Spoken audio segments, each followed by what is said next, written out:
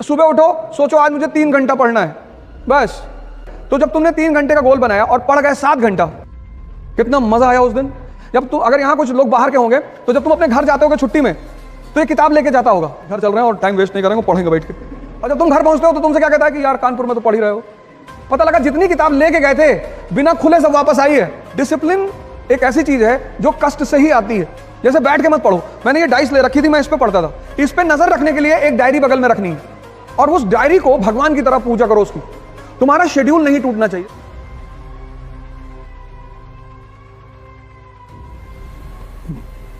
जय हिंद फ्रेंड्स।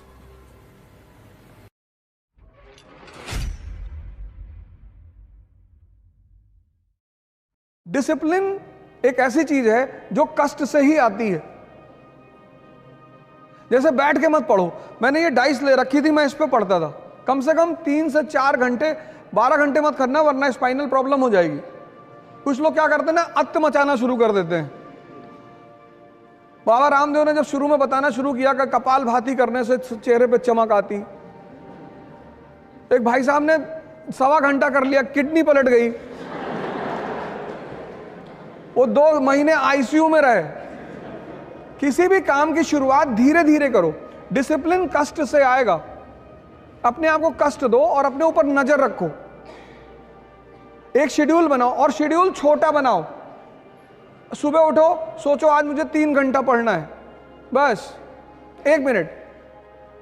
अब 3 घंटे का शेड्यूल बनाओगे तो तुम्हारा मन बगावत करेगा, कहेगा नहीं नहीं 3 घंटे का नहीं, 10 घंटा। मन की आदत है बड़े बड़े प्लान बनवाना, करना कुछ नहीं।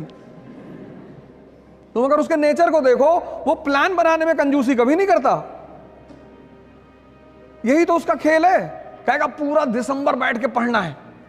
जब तुम, अगर यहां कुछ लोग बाहर के होंगे, तो जब तुम अपने घर जाते होगे छुट्टी में, तो ये किताब लेके जाता होगा कि घर चल रहे हैं और टाइम वेस्ट नहीं करेंगे, पढ़ेंगे बैठ के।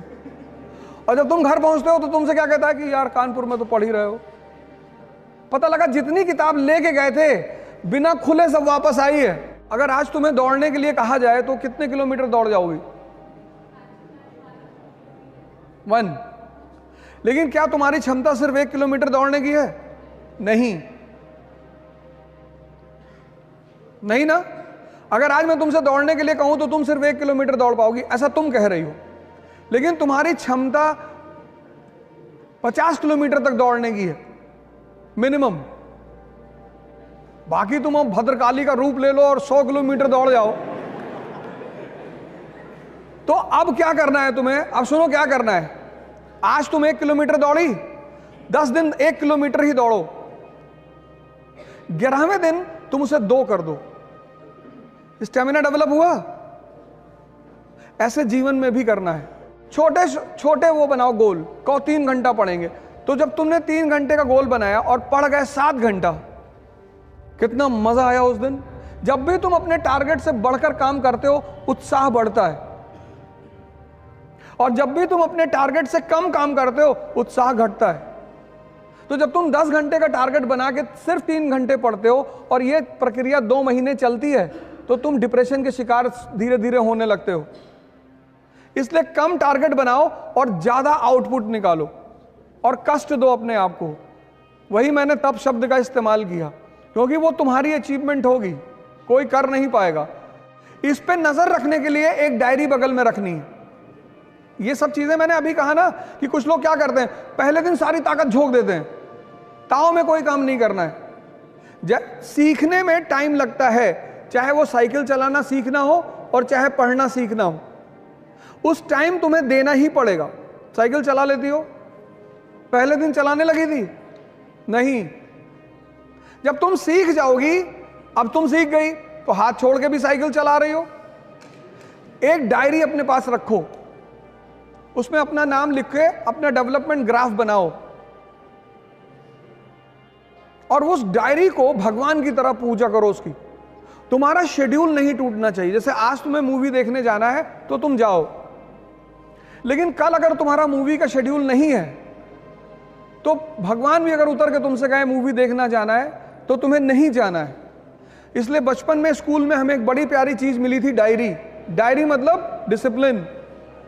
तो ये काम करो, डायरी बनाओ और अपनी स्टेमिना को अपने हिसाब से आगे बढ़ाते चली जाओ।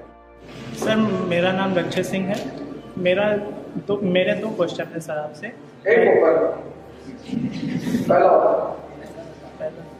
तो सर जैसे कि कोई नया बच्चा है आईएएस की तैयारी करना चाहता है।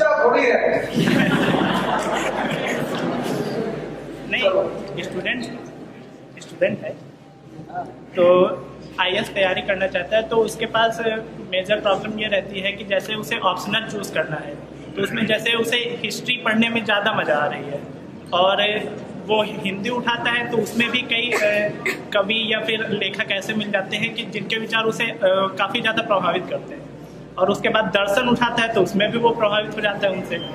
तो ये कैसे पता करें कि उसकी वास्तविक स्ट्रेंथ किस सब्जेक्ट में है? नहीं, देखो, जो आदमी सबसे प्रभावित हो रहा है, हमारी श्रीमती जी ने हमसे कहा कि यार एक बात बताओ, तुम में और मैं में बेसिक डिफरेंस क्या है? मैंने कहा तुम्हारी क्षमता ज्यादा है लेकिन तुम्हारे काम करने का तरीका गलत है।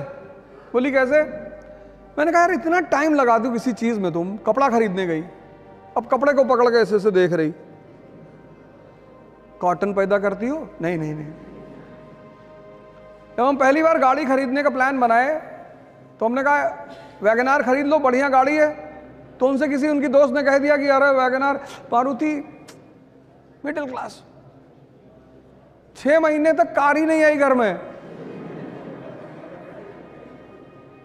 कभी मारुति, कभी सेंट्रो, कभी ये, कभी वो। फिर एक दिन मैंने उनसे कहा आओ, चलो आओ, फिर ले गए महिंद्रा के शोरूम में। इसीलिए तो इस देश में तुम संत रविदास को सुनो, मन चंगा, मन पे बात कर रहे हैं। तुलसीदास ने क्या कहा? जाकी रही भावना जैसी। ये मन तो तुम्हें हर बार तुम्हें शादी नहीं करने देगा। अगर 5-6 लड़कियां एक साथ खड़ी कर जाएं कि इसमें चुन लो, फिर डिस्टर्ब कर देगा तुमको कि नहीं ये नहीं। तुमसे खेल रहा है वो, एक पकड़ो, वो तुमसे खेल रहा है और तुम उसको मजा दे रहे हो, तुमसे मजा ले रहा है। कभी तुमसे कह रहा है हिंदी, रामधारी सिंह दिनकर, बहुत बढ़िया। अब तुम दिन भर बैठ के सोच रहे हो कि हाँ यार रामधारी सिंह।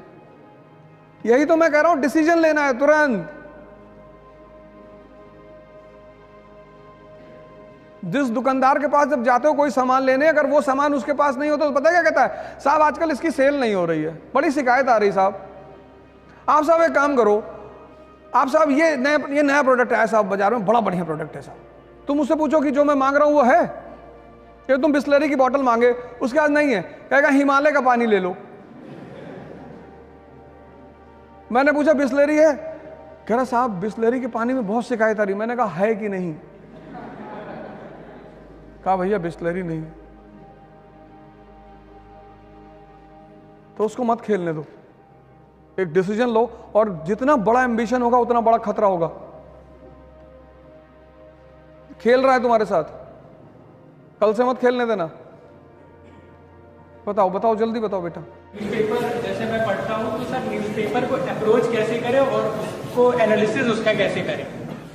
एनालिसिस करने के लिए बेसिक्स स्ट्रांग होनी चाहिए, पहली बात तो ये। उसके लिए तुम्हें एनसीईआरटीयां पढ़नी पड़ेंगी। अप्रोच करना ये होता है कि जैसे न्यूज़पेपर क्या है, मैंने भी एक वर्ड यूज किया, दर्पण। दर्पण तो अब कन्या विद्याधन योजना सरकार लेकर आई है, तो उस पर तुम लिखो क्यों। फिर विपक्ष क्या करेगा? विपक्ष उस विद्याधन योजना पर अपने मत रखेगा कि इसमें ये कमी है, इसमें ये कमी है। तो तुम्हें क्या करना होगा? एक तरफ सरकार का पक्ष निकालना होगा और दूसरी तरफ विपक्ष का, और दोनों को जोड़ लेना होगा। बस पिक्चर तुम्हारे सामने होगी। जय हिंद फ्रेंड्स, इकरा इंटरव्यू गाइडेंस का प्रोग्राम करने जा रही है। अब इस गाइडेंस प्रोग्राम में तो पर्सनालिटी को लेकर आपकी मुलाकात हमसे होगी। मॉक इंटरव्यूज में आपको सीनियर ऑफिसर्स मिलेंगे, रिटायर्ड ऑफिसर्स मिलेंगे, सीनियर फैकल्टीज मिलेंगी, और इंटरेक्शन में आपको मिलेंगे सर्विंग ऑफिसर्स। पुणे में इसकी पहली डेट है 28 दिसंबर 2022। मैं आपको पुणे में मिलूंगा 28 दिसंबर को। दिल्ली में 22 and 29 January, JP Siddharth hotel Delhi. फिर दूसरा सेशन होगा 12 एंड 19 फरवरी 2023, जेपी सिद्धार्थ, वो पूसा रोड पे होटल है जेपी सिद्धार्थ। इसके लिए आपको एक छोटी सी फॉर्मल प्रक्रिया करनी पड़ेगी। जो भी लोग पुणे में मिलना चाहते हैं, दिल्ली में मिलना चाहते हैं, वो सारे लोग ऑनलाइन रजिस्टर करा लें और ये पूरा प्रोग्राम फ्री है। लेकिन आपको प्रोग्राम में आने से पहले रजिस्ट्रेशन कराना पड़ेगा इकरा की ऑफिशियल वेबसाइट पे। एक बार फिर से आपको congratulations, best of luck, thank you, जय हिंद।